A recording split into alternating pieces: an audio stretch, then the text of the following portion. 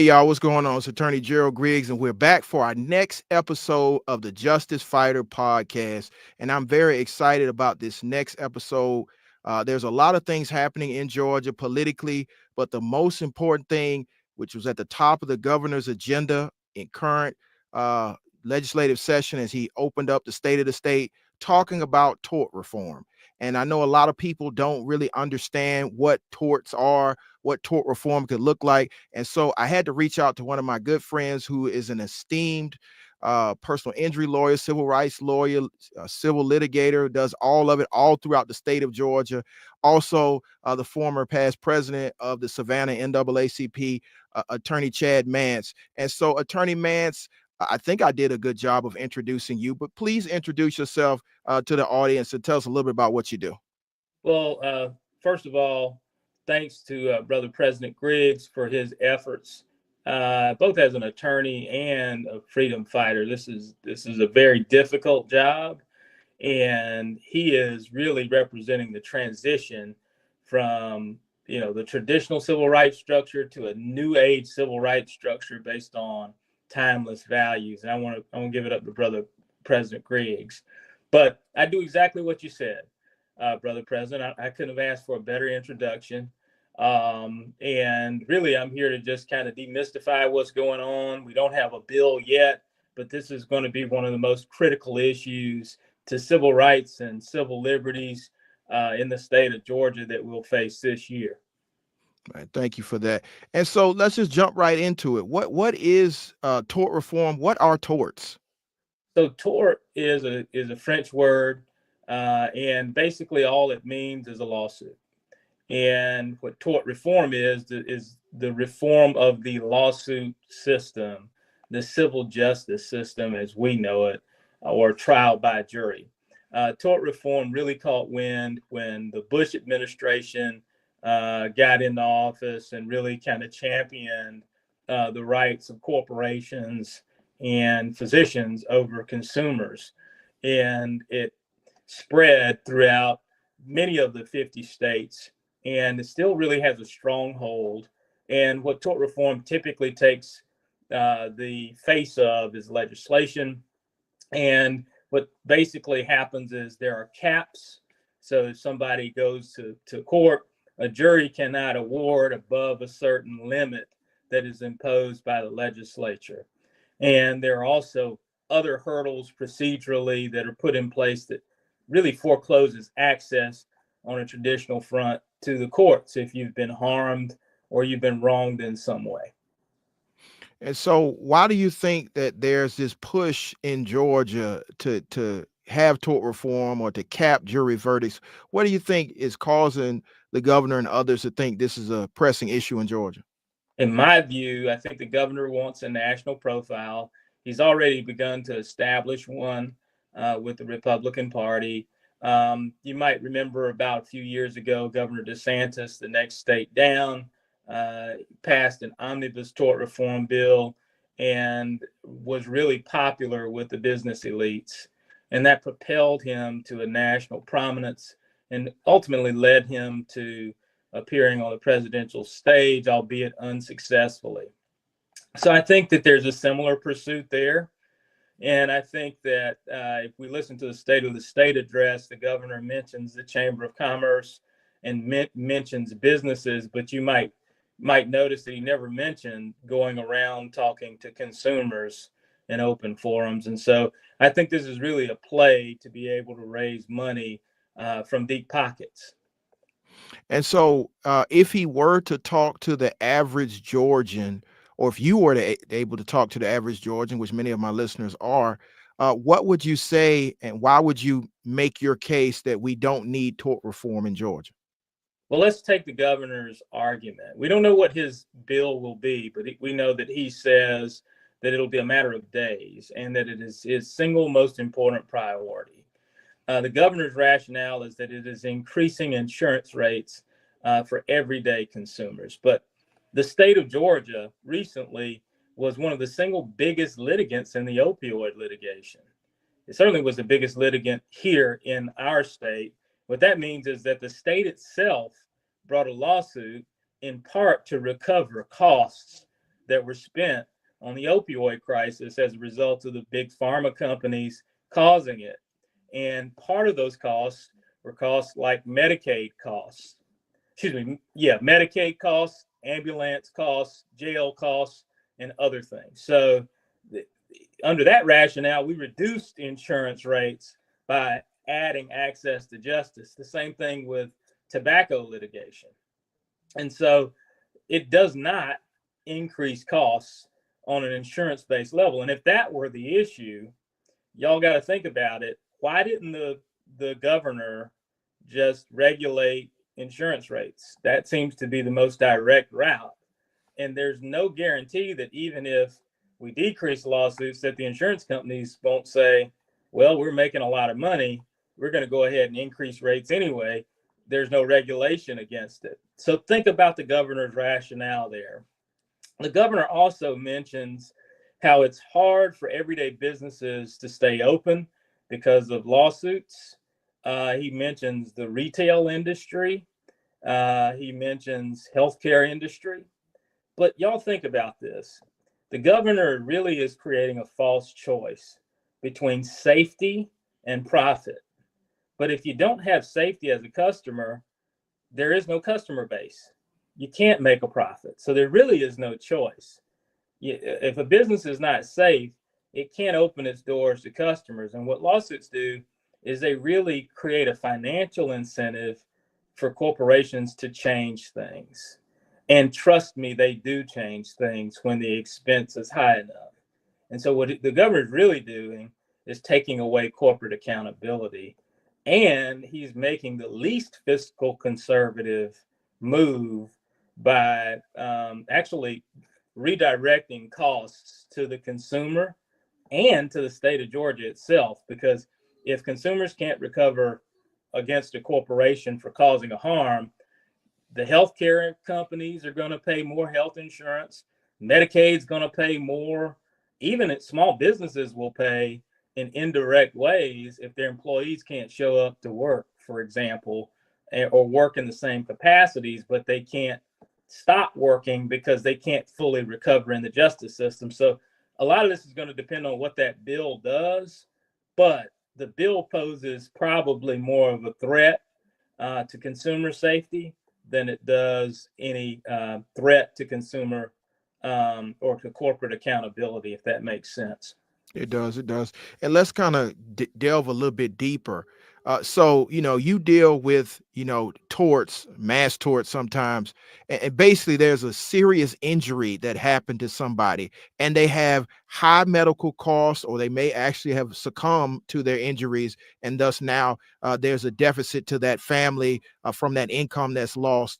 If there was a cap placed on the amount of recovery, what type of damage would that do to an average Georgian who may have suffered a catastrophic loss in a car accident, or had some type of medical malpractice issue, and now they've lost a limb? Kind of talk about that from a citizen's perspective.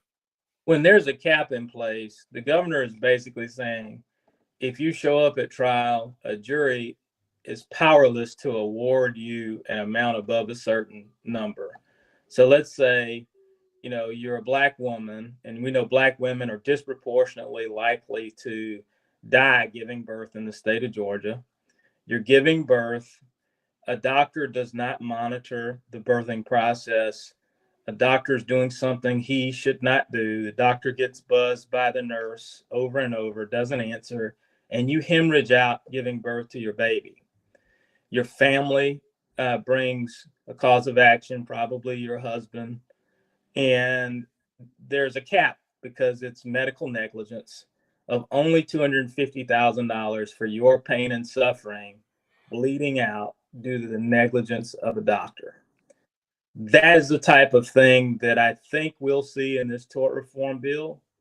And what it is it's a shield so that corporations can feel happy to take risks with consumer lives in the name of profit. So it's hugely important, because when you're hurt, if you're catastrophically hurt, you can't do anything. You can't work. your earning capacity is over. Sometimes people are forced to file bankruptcy. I've had folks, try to commit suicide. It is crazy. Divorces happen sometimes, even when your child dies from something catastrophic. And so what the governor is ignoring is that the consumer is really going to have to pay for this, both in a monetary way and in a psychological way. And this is just, it's not going to be good for the consumer. It's an attempt to create an oligarchy, is what I think. And so I know what the pushback is going to be. We're two lawyers on a podcast talking about how lawyers make a living. But I really want you to hone in on why it's important for the average citizen to have access to the courts that will now be limited. So could you talk a little bit more about that? It's important for you and I to have access to the courts, just as it's important for you and I to have access to the voter booth. There were two institutions that our founding fathers thought were really sacrosanct. One was the ability to elect our individuals that we choose to put in office, and that's where the ballot comes into place. But then, as Thomas Jefferson articulated, really trial by jury was the last check and balance against authoritarianism. And he thought that the jury trial system was the only way to hold government accountable, the only way to hold private citizens accountable. And when a governor steps in and he is invading the role of the jury, which basically is registered voters who will vote for a result in the case, he is saying the jurors are too ignorant to make a decision on behalf of the community. Now, you might say this is kind of like what the governor did when he tried to institute voter restrictions. And it is going to continue to mushroom because the basic structure that we're seeing in government nationally and in statewide and local governments in a lot of places now is an oligarchical structure that folks are trying to kind of invade the province of ordinary citizens. So it's important to you because if something happens to your family members or your colleague or your friend, or heaven forbid you're going to want justice, equality, and fairness. You're not going to want somebody to come in and cap the pain and suffering that you've had to go through when you've had to give up a career, or you've had to give up a limb, or heaven forbid you lose a loved one or a wife. That is for the peers that are voters to decide. It is not for a governor who will be gone pretty soon to put into place and then raise money and then just sort of dismiss as though it was nothing. So this is a critical issue. Yeah, and so kind of continuing to piggyback on that.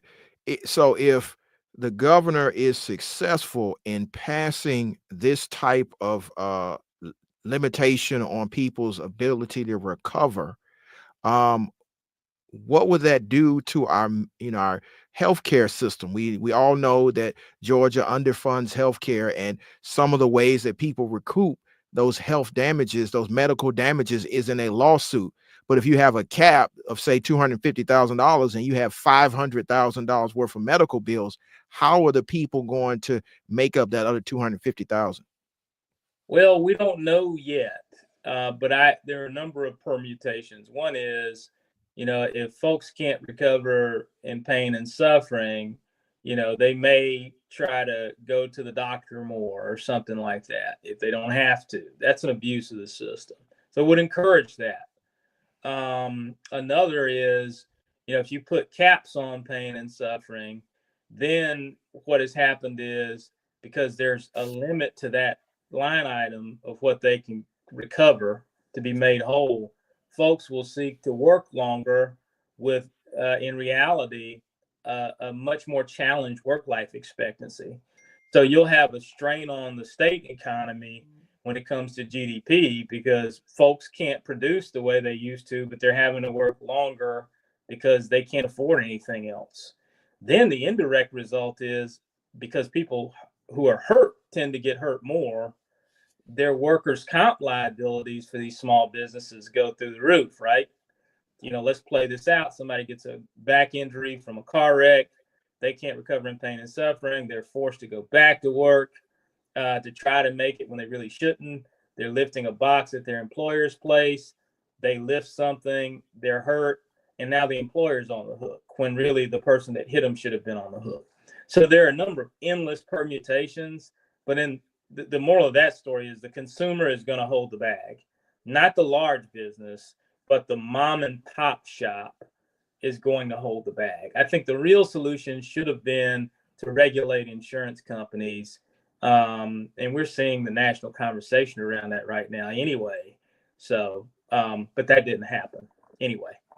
Yeah, and definitely. And we are seeing a national conversation on regulation of insurance companies and trying to, push down the premiums. And, many legislators and elected officials on the state and local level watch this podcast. So if you were to have a conversation with them on this issue, because again, legislative session just started last week and is going to go for another 40 days on and off. What would be your advice to either side of the aisle on this conversation of how you address this appropriately? Well, the first thing that I'm going to encourage folks to do is to meet with folks that have been catastrophically injured. And there are few cases out there that are well-known cases that people like to say are runaway jury verdicts. There was a case down in Bainbridge, Georgia, involving a young boy. Remy Walden was his name. He was riding in a Ford that was negligently designed, and the car was struck because of the inappropriate design that Ford allegedly knew about. A spark caused the whole car to ignite. The young boy burned alive. And his parents did recover a sizable recovery, but they will never, ever get young Remy back. Ever, ever, ever. And Ford knew about this the entire time, according to the documents in the case. And the jury down in Bainbridge, Georgia, which consisted of largely conservative folks, made a decision that that was the right number. And so think about those cases. Think about the George Floyd case. George Floyd, in large part, was monumental because of the amount of recovery that Attorney Crump was able to secure for the family. What the governor is suggesting is that cases like George Floyd are inappropriate in our civil justice system. That's not right. Think of, for example, cases involving, the Georgia Southern students, the nursing students that were killed because there was a driver that was allegedly texting. Those families could not have recovered for the full value of the lives of their daughters. And so the implication that the governor is making is that the same people that voted for him are inept to make educated decisions when lawyers are present. I think that's inappropriate. But more importantly, let's take the governor's argument as we find it. This whole idea on insurance rates and how things are increasing, costs are increasing because there are lawyers out here suing folks. If we take away this system, you got to ask yourself, how much more of an increase will we see on the reliance on public assistance? Right? If people are broke because they're catastrophically injured, where are they going to go? They're going to go to the state first, right? And that might be hospitals, that might be Medicaid, that might be for vocational assistance, but they're going to go to the state, so the costs will be transferred. And then you got to think, what message are we sending to corporations about how they do business? Are we saying that this is a no man's land? That hey, you can come here and cause catastrophic, deleterious harm, but your exposure is capped. It's okay. There's not a choice between safety and profitability. We always pick safety. And if we're trying to decrease the amount of fatalities on the highway, this is not the way to do this. And I know the governor has taken that up as well. Think of the recent tragedies we've had. the tragedy down in Barrow County. If there was not the threat of a possible lawsuit, then there would not have been as sweeping of a measure in place. I'm not aware of a lawsuit having been filed yet, but that's certainly a conversation I'd imagine that folks had. Lawsuits incentivize safety.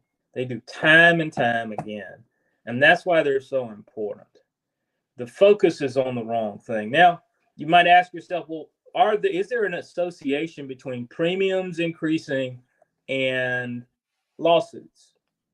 Well, some people say that there is an association. I've read articles that indicate that there are not an association.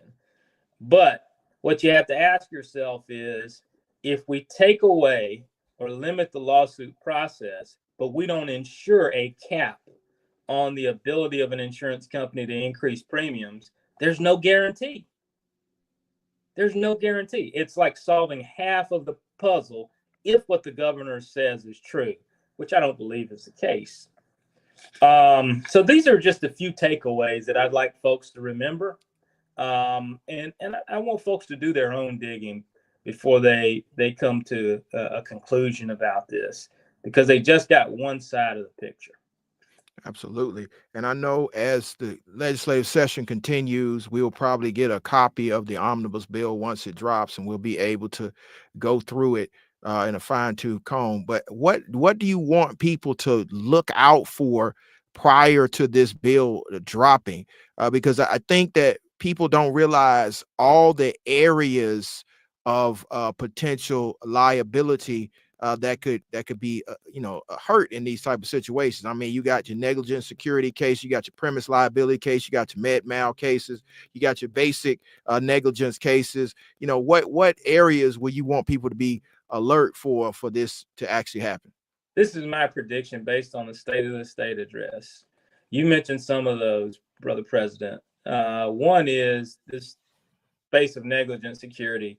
When there's a criminal that commits a crime that results in something like a shooting or an injury or rape on somebody's premises, and that business owner knew or should have known that there was a pattern of crime for a while on that premises, that business owner is held liable. I think the governor is going to go after that. The governor mentioned having met with physicians.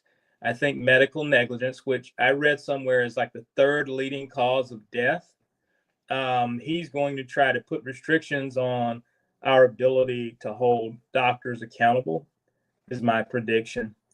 He also mentioned something very interesting, child care facilities, that he talked to some child care facility and their insurance premium is through the roof.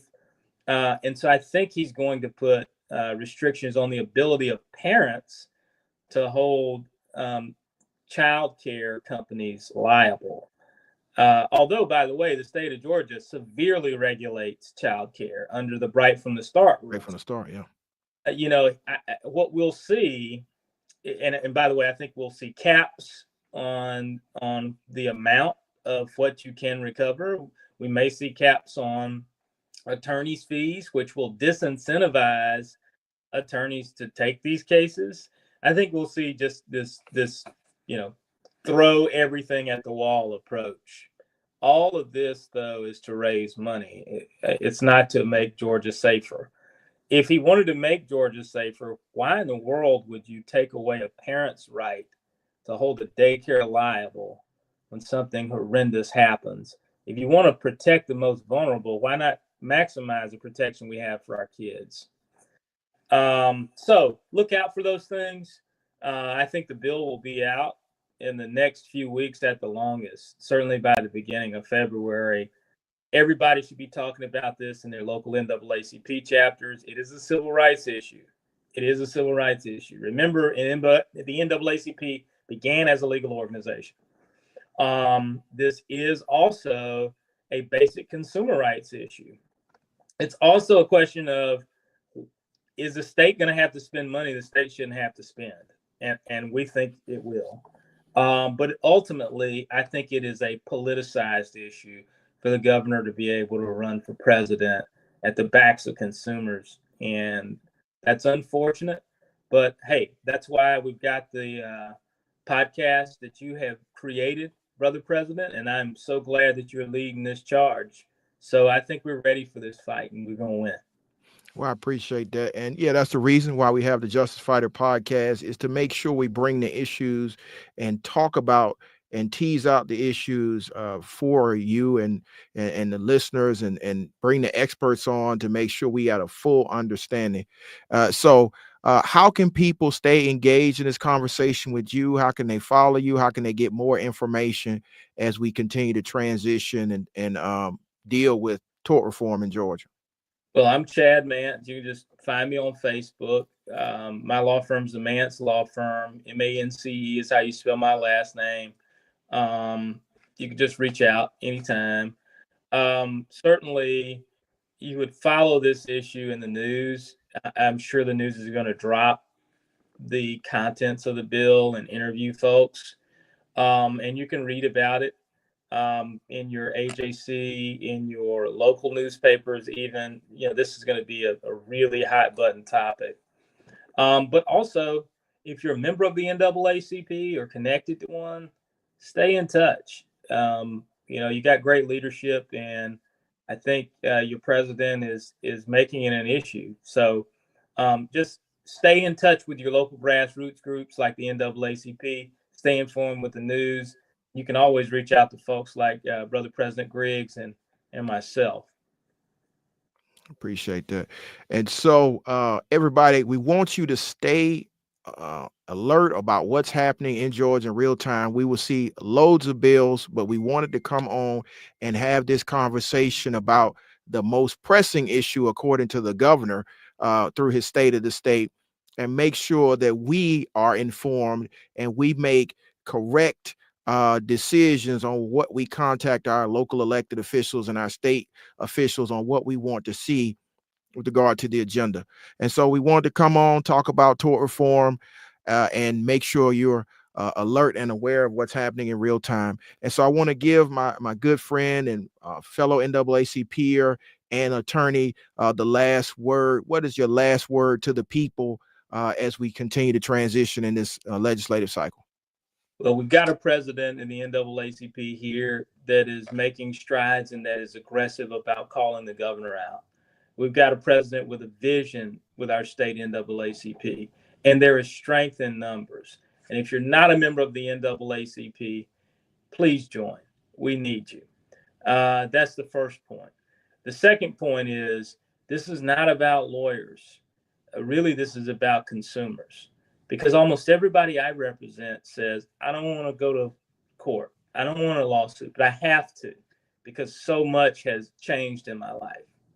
And these include folks from the elderly. I represent an elderly firefighter who died in a nursing home, personal care home, that really just let him languish away. Little things like that. People need representation. Okay.